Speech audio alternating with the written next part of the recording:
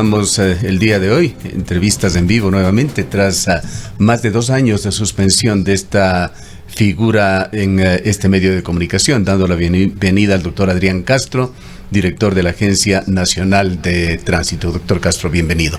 Quisiéramos hablar sobre esta verdadera aberración que sufrió la Agencia Nacional de Tránsito. Usted desde el primer día vino denunciando este tema.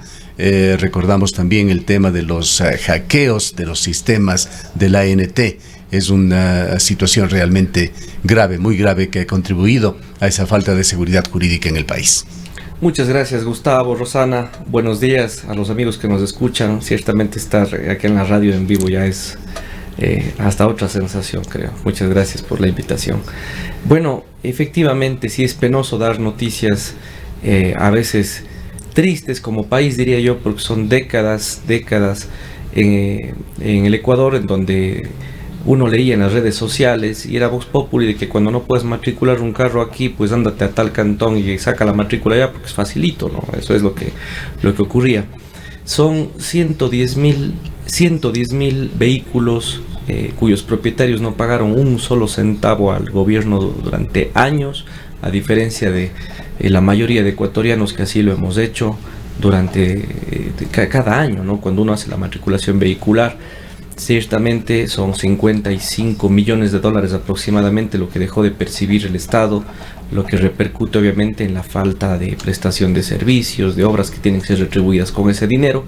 147 municipios, entre municipios y mancomunidades que así lo han hecho, y lo más grave que usted acabó de mencionar es que de estos 110,000 vehículos, solo para dimensionar, es casi el parque automotor de la ciudad de Cuenca, ¿no es cierto? 1.700 vehículos corresponden a matrículas de vehículos que están asociados o denunciados como robados, es decir, se matriculaba de todo. Yo alguna vez en mi cuenta de redes sociales decía, solo falta que ya hasta los caballos salgan con placas en ciertos municipios, porque es el colmo lo que venía ocurriendo en nuestro país. Y claro, la medida necesaria, urgente, oportuna, no sé hasta qué punto, porque esto debió hacerse hace años en el país, fue disponer a los municipios que anulen y reviertan 110,000 procesos, lo que significa que obviamente el SRI también tendrá que hacer sus acciones encaminadas a recaudar lo que se dejó de pagar en este país.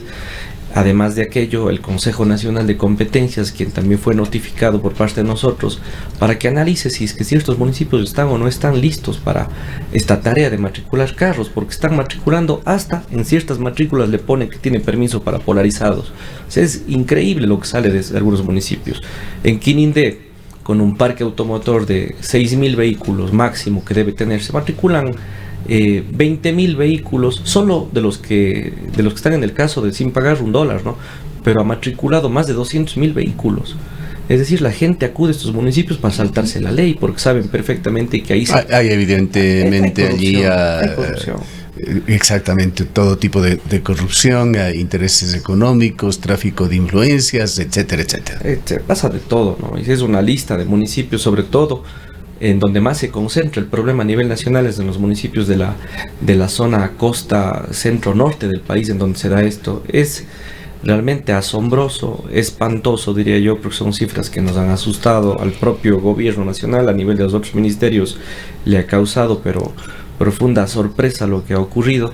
Y esto es muy similar a lo que pasó. Esto es un tema ya municipal, ¿no? Pero el año anterior, recuerden ustedes que anulamos 35,000 licencias obtenidas fraudulentamente, en cambio, en la Agencia Nacional de Tránsito.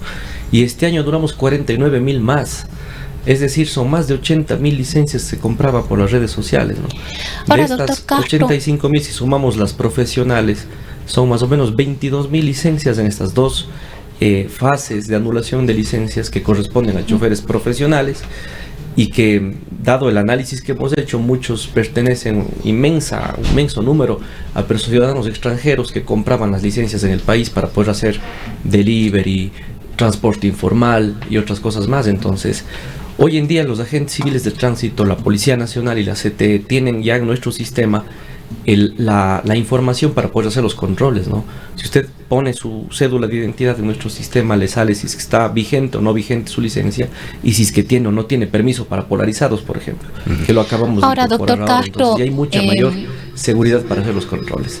Sí, ahora, doctor Castro, nos preguntamos que esto no pasa únicamente por la anulación de las licencias, por la anulación de los permisos. Esto necesariamente deberá derivar en una serie de procesos. Esto entendemos que pasa también por funcionarios de las distintas instancias involucrados en este tipo de procesos, pasa también por una necesaria participación de la administración y de los operadores de justicia, es decir, de alguna manera lo que los ciudadanos, las ciudadanas esperan es también sanciones. Rosana, el tema no puede detenerse ahí nomás, más allá de que ya están dispuestas las anulaciones y reversiones de todos estos procedimientos, que creo que es lo que hay que hacer, no solamente quedarnos en la denuncia, porque sería absurdo. Pero la Fiscalía General del Estado y la Contraloría, la Fiscalía conocerá esta semana, estamos preparando, es hartísima información, muchísima información, tenemos con lujo de detalles, cédulas, usuarios, placas, vehículos, días, todo, es un detalle completo lo que se le va a entregar a la Fiscalía. Y la semana anterior tuve la oportunidad de reunirme con el personal de la Contraloría General del Estado, a quien le pusimos al tanto de todo lo que nosotros pudimos llegar a evidenciar, y claro, se va a hacer un examen especial enorme a 147 municipios y mancomunidades para llegar a determinar qué mismo es lo que ocurrió, lógicamente. Ya inhabilitamos a 399 usuarios de nuestra base de datos, a 399 usuarios de nuestro sistema, más propiamente, usando mejores términos, ¿no? Son 399, entre comillas, funcionarios públicos, servidores públicos de estos 147 municipios que con su contraseña y usuario realizaban estos trámites y le hacían el bypass al SRI, ¿no? Y le dimos 72 horas a los municipios para que nos presenten sus planes de contingencia y todo lo que van a hacer para no perjudicar al ciudadano en sus nuevos trámites. Quizá lo más grave de todo esto, doctor Castro, es que se ha institucionalizado la estafa en el país. Se ha afectado al interés público, también a los ciudadanos privados. Es difícil imaginar la cantidad de circunstancias que se habrán dado por este tema. Y no solamente hay que corregirlo, hay que sentar precedentes. ¿Cómo avanzan los procesos de investigación? A los facilitadores desde instituciones del Estado, ya sean gobierno nacional o dependientes del gobierno nacional o de los gobiernos locales, y también a los ciudadanos beneficiados que en forma conjunta han consumado esta gigantesca estafa pública. Bueno, en el caso de licencias, por ejemplo, ha avanzado muy bien el procedimiento. La Fiscalía ha hecho, creo que ha receptado, está por finalizar la recepción de versiones de muchos funcionarios. Hicimos 2 allanamientos, tanto en la agencia La Troncal como en la agencia matriz de Quito, en la propia agencia principal, digámoslo así. Se hizo la extracción de información de computadores y más. Pero obviamente depende ya del avance de esta investigación para los resultados. No somos parte de la Fiscalía, pero ha habido un avance importante. Esto toma un tiempo para la instrucción, para la indagación previa, perdón. Y en el caso de las matrículas, con toda la información que tenemos, ya sería increíble que no se determine responsabilidad. Ahí está todo. Usted puede ver la hora, el día, el usuario, la clave, todo lo que se hizo, todo. Entonces ya la investigación será mucho más fácil, porque los usuarios y contraseñas vienen asignados a funcionarios mediante la suscripción de un acta de uso responsable y de confidencialidad de la misma, ¿no? Y hemos recibido comunicaciones de los municipios. Preocupa, algunos municipios dicen que han sido errores involuntarios. Usted error involuntario encuentra en contados trámites, en 1 o 2 trámites, pero no, pues en 20.000, ¿no? Entonces, si es que un usuario el día de mañana quiere aducir de que le han hackeado su clave, otro ya debe haber denunciado. Si son cientos de miles de matrículas, para que ustedes tengan una idea, y voy a poner el caso del municipio, el más grande de todos que hizo esto, que es Quinindé, en donde un usuario, Juan Pérez, entre comillas, pongámosle de nombre, hacía más trámites diarios que los 3 centros de matriculación de Cuenca, con todos los funcionarios de Cuenca. Así funcionaba en un municipio muy pequeño. Y asimismo en Cumandá, en Baguanchi, Yaguachi, Bucay, Naranjal y otros municipios. Ahora, doctor Castro, si bien absolutamente nada justifica hechos irregulares y de corrupción, sin embargo, muchas de las personas buscando facilidades debido a la ineficiencia, a la negligencia también por parte, en este caso, de las instituciones de los gobiernos locales o a nivel nacional, es ha buscado facilitar, digamos, los procesos. Tener que pedir en el trabajo 2, 3 días para poder hacer un trámite de matrícula, por ejemplo, definitivamente complica. Entonces, en la medida en la que tampoco hay un buen servicio por parte, en este caso, del Estado, ya sea a nivel local o a nivel nacional, de alguna manera provoca que las personas busquen estas facilidades, como digo, sin querer justificar ningún hecho irregular. Claro, bueno, no se justifica tanto, Rosana, porque si es que hablamos de 1.700 vehículos robados, estamos viendo que ya la facilidad en cambio es extrema. O sea, insisto, usted puede llevar hasta, decíamos, un equino a que le den matriculando en los municipios y sale un caballito con placa. Así es lo que ocurría. Pero miren, para de romper esta hipótesis, los casos de Cuenca, Quito y Guayaquil son mínimos. Bueno, en Guayaquil hay 0 casos. Los municipios que tienen centros de revisión técnica vehicular no tienen ese problema. La gente lo que hace es saltarse la RTV.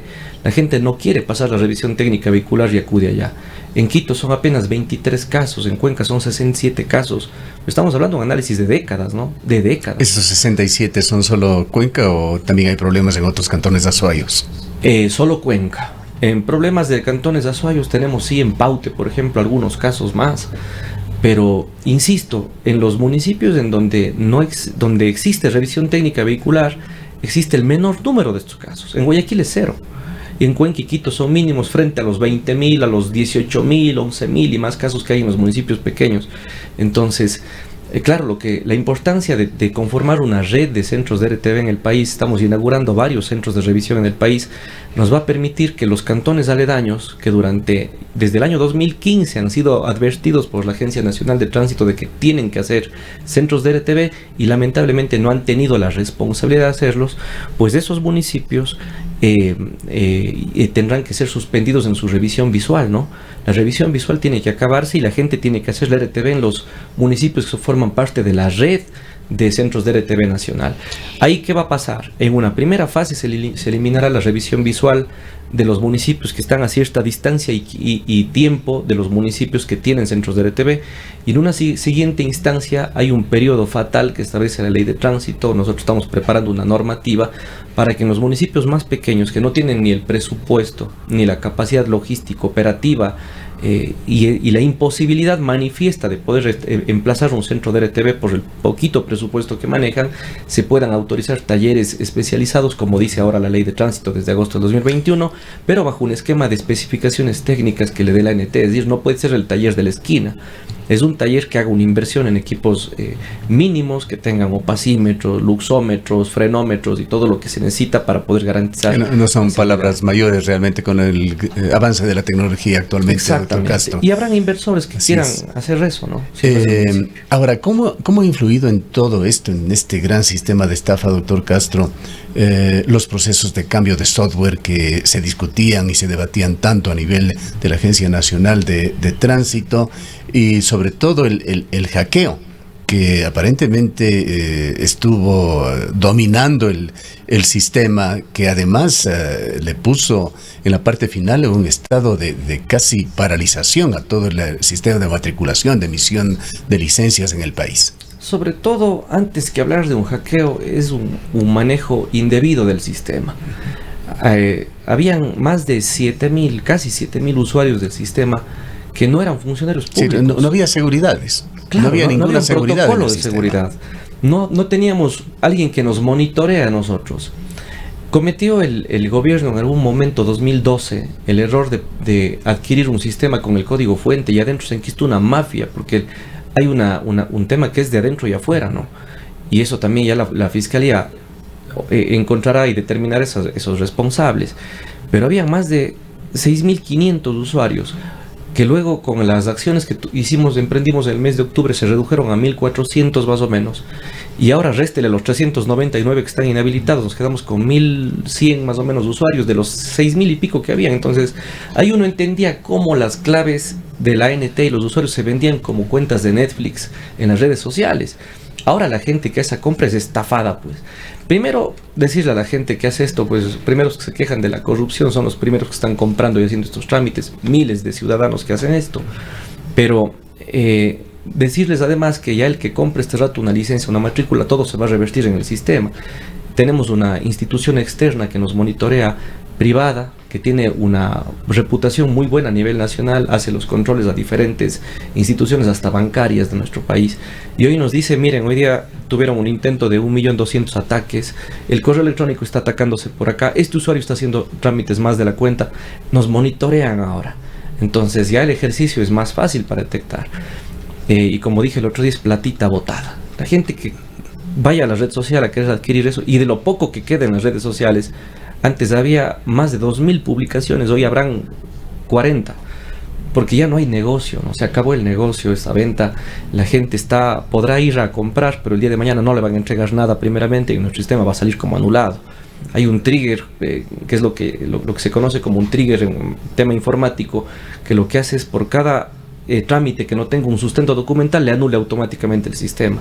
Entonces se va acabando el gravísimo problema que teníamos, y claro, eso mejora ostensiblemente no solo la seguridad vial, porque los resultados vamos a ver afuera cuando veamos gente que realmente aprenda a manejar un bus, aprenda a manejar un camión y no compra una licencia para salir a manejar sin ninguna Ahora, doctor prevención. Castro, otro de los temas que ha sido una constante preocupación también de algunos ciudadanos tiene que ver con las multas, que la información llega o no son notificadas a tiempo, y tenemos un caso específico que nos acaban de enviar a través de nuestras redes y nos dice, ¿qué pasa, por ejemplo, cuando una persona que ha matriculado su vehículo todos los años puntualmente recibe una notificación de que no puede terminar su matrícula porque tiene una multa de la ANT de hace 4 años por no tener el equipo de primeros auxilios? ¿Qué se puede hacer, por ejemplo, en casos como estos, que no es el único? A ver, al amigo o amiga que nos está escribiendo, la Agencia Nacional de Tránsito no ha multado a nadie jamás. La Agencia Nacional de Tránsito no tiene agentes civiles de tránsito, no tiene radares, no tiene equipos de detección, no emite multas de acuerdo con la ley desde el año 2011. Es decir, muchas veces se confunde a la Agencia Nacional de Tránsito con la Comisión de Tránsito del Ecuador. Dicho sea o con de las paso, instancias en agosto locales. del 2021 incluso ya se cortó un cordón umbilical entre las dos instituciones que nos unían, incluso por un tema de nominaciones al interior de las dos instituciones. Ya no existe eso. Entonces, aquí hay una responsabilidad de los entes de control. Los municipios, las empresas de movilidad, la Comisión de Tránsito del Ecuador y la Policía Nacional, estas entidades son quienes hacen un registro tardío en sus sistemas. La ANT lo único que provee a nivel nacional es un registro nacional, un registro único nacional, pero quienes insertan los datos ahí son los municipios, la CTI y la Policía Nacional, de tal manera que las acciones que tengan que emprender los ciudadanos, impugnaciones, quejas y demás, tienen que hacerlos en ese organismo. Pedir prescripciones cuando han pasado más de 5 años las multas en esas instituciones, no en la Agencia Nacional de Tránsito. Doctor Castro, ya que estamos hablando de estos temas también, ya le hemos escuchado previamente su opinión, pero ¿cómo anda el tema de la implementación de 32 fotocontroles en la ciudad de Cuenca, en 16 intersecciones, tema que generó polémica aquí? Está bien el tema del control, la otra parte está en el negocio, y grandes negocios que se harían con esto, que en el peor de los casos deberían solventar al sistema público para realizar tantas mejoras que se necesiten, señalización en las carreteras, incluso en los centros de detención, por poner ejemplos. Pero hay este proyecto público-privado que ha recibido además cuestionamientos por falta de transparencia dentro de los procesos que se han seguido, y que aparentemente el MOVEP y el municipio siguen adelante. Aquí voy a ser muy objetivo, Gustavo, porque usted hace 2 años, antes de la pandemia, algunos meses antes de la pandemia, conversábamos sobre aquello que se dijo de meter la mano en el bolsillo y toda la cosa, sobre la contratación que la anterior administración del municipio hizo sobre 7 equipos, que dicho sea de paso, y así lo nieguen en la institución, porque eso lo puede incluso certificar la propia entidad. 7 equipos que funcionaban solamente 8 horas al día. 8 horas al día, plenamente definidas, determinadas. Todo el andamiaje que estaba detrás de eso es producto de un examen de prefactibilidad y más. Servía para prevenir. Y eso daba obviamente la objetividad para estar conscientes de que son equipos preventivos. En este caso concreto, le voy a decir 2 cosas que extrañan, y la invitación para que ustedes como periodistas revisen los contratos. Es primeramente la institución hoy en día cuenta con todo el presupuesto que antes LEMOP no tenía. En la época en que nosotros realizamos una alianza público-privada no teníamos ni de lejos el presupuesto para lo que se necesitaba. Hoy en día la institución tiene que encaja bancos creo que más de 10 millones, 11 millones de dólares. ¿Por qué no hizo la propia entidad esta inversión, no? Si es que necesitaba eso primero. ¿Usted ha tenido respuestas sobre estas inquietudes como autoridad a nivel de la Agencia Nacional de Tránsito? Bueno, una interrelación habrá con el MOVET. Las competencias municipales tienen un principio autonómico. Yo fui, de hecho, una de las personas más críticas en su momento desde la empresa pública de movilidad sobre un modelo centralista en donde se pretendía interferir en competencias que eran propias de la institución. Y dicho sea de paso, la competencia de control es exclusiva de los municipios, ¿no? Cuando han asumido esta competencia, no podemos ni de lejos entrar en estos particulares. Sí, los órganos de control, por supuesto. Pero más allá de aquello, además de tener el presupuesto, son equipos que, a diferencia de los equipos que nosotros en su momento, apenas 7, no 32, no 40, 7 equipos, funcionaban 8 horas, de estos funcionarán 24 horas. Eran los únicos equipos en el país, además, que funcionaban 8 horas, los que en nuestra época colocamos. Además de eso, la participación pública-privada en materia de un porcentaje de lo que se recauda por contravenciones, ¿no?, de esos equipos, que ustedes hacen también un comparativo y van a ver la diferencia. Y lo otro es lo que daba el aliado privado a la institución y lo que ahora no se le va a dar, ¿no? En ese sentido, vean ustedes todos los equipos informáticos, internet, impresora Zebra, el AppCert, del cual, dicho sea de paso, el aliado privado no coge un solo dólar, a diferencia de Guayaquil, en donde el AppCert recauda 80 el privado y 20 el municipio de Guayaquil. Y persisten todos estos sistemas, ese motivo que ha sido la principal queja, la falta de tolerancia en los límites de velocidad. Dicho sea de paso, hay ciudades en el continente que están retractándose de estos sistemas. El caso de Barranquilla, usted lo puede averiguar muy fácilmente, debido a todos los abusos que se han dado con esto, están dejando de utilizar los radares. Le pregunto, ¿es el camino de los radares, de estos controles automatizados, el que va a seguir el país? Bueno, en realidad los temas de equipos tecnológicos están en todo el mundo. La tecnología está para servir, pero tiene que hacérselo con límites y sobre todo sin perder un control que tenga también esos límites éticos. Totalmente de acuerdo. Nosotros presentamos desde la Agencia Nacional de Tránsito un proyecto para incorporar límites de tolerancia en el Código Orgánico Integral Penal. O sea, nuestras acciones están absolutamente encaminadas o pensadas sobre eso, ¿no? Pero vemos ciertas acciones, en cambio, acá que se contradicen absolutamente con todo lo que se hizo.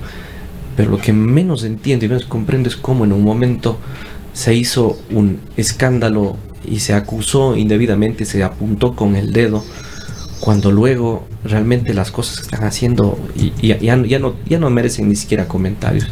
Uno tiene que abstraerse de comentar frente a cosas que realmente ustedes, además, como cuencanos, como medios de comunicación, saben y podrán analizar objetivamente de qué es lo que ha pasado y cómo están haciendo las cosas. Desde mi punto de vista es reprochable.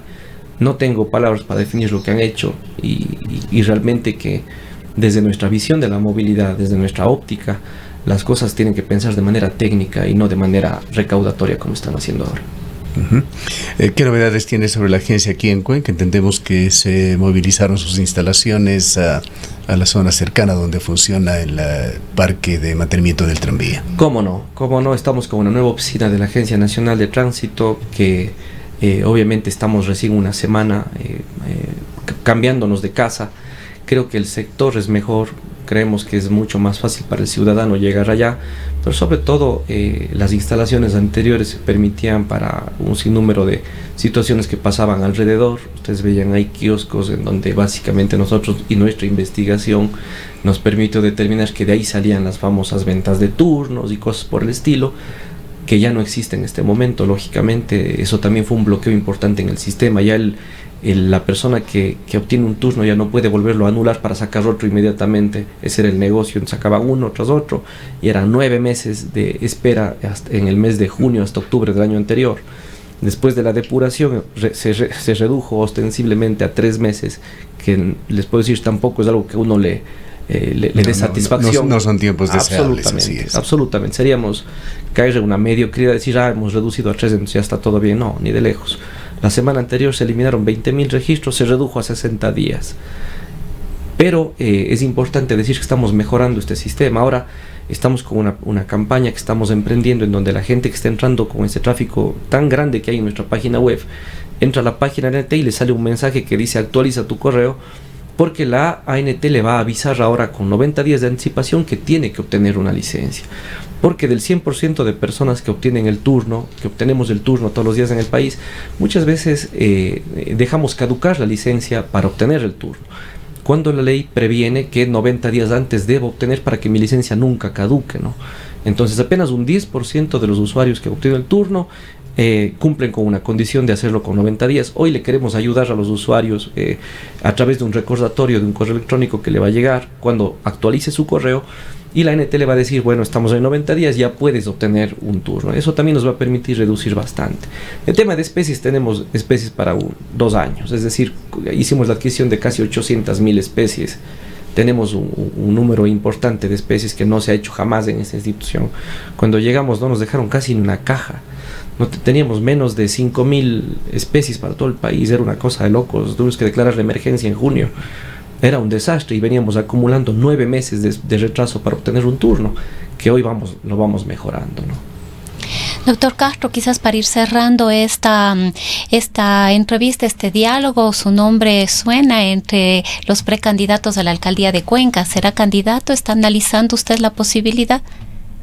Bueno, he escuchado y más bien he sido agradecido con la ciudad, con los cuencanos que han sabido referirme, y eso creo que hay que agradecerlo principalmente por la confianza de la gente. Pero nosotros nos debemos obviamente a un lineamiento político, ¿no es cierto? Un lineamiento de un movimiento político que tiene cuadros jóvenes, tiene muchísimos cuadros valiosos y con mucha experiencia. ¿Usted se refiere al movimiento Igualdad, a la Alianza Igualdad, creo?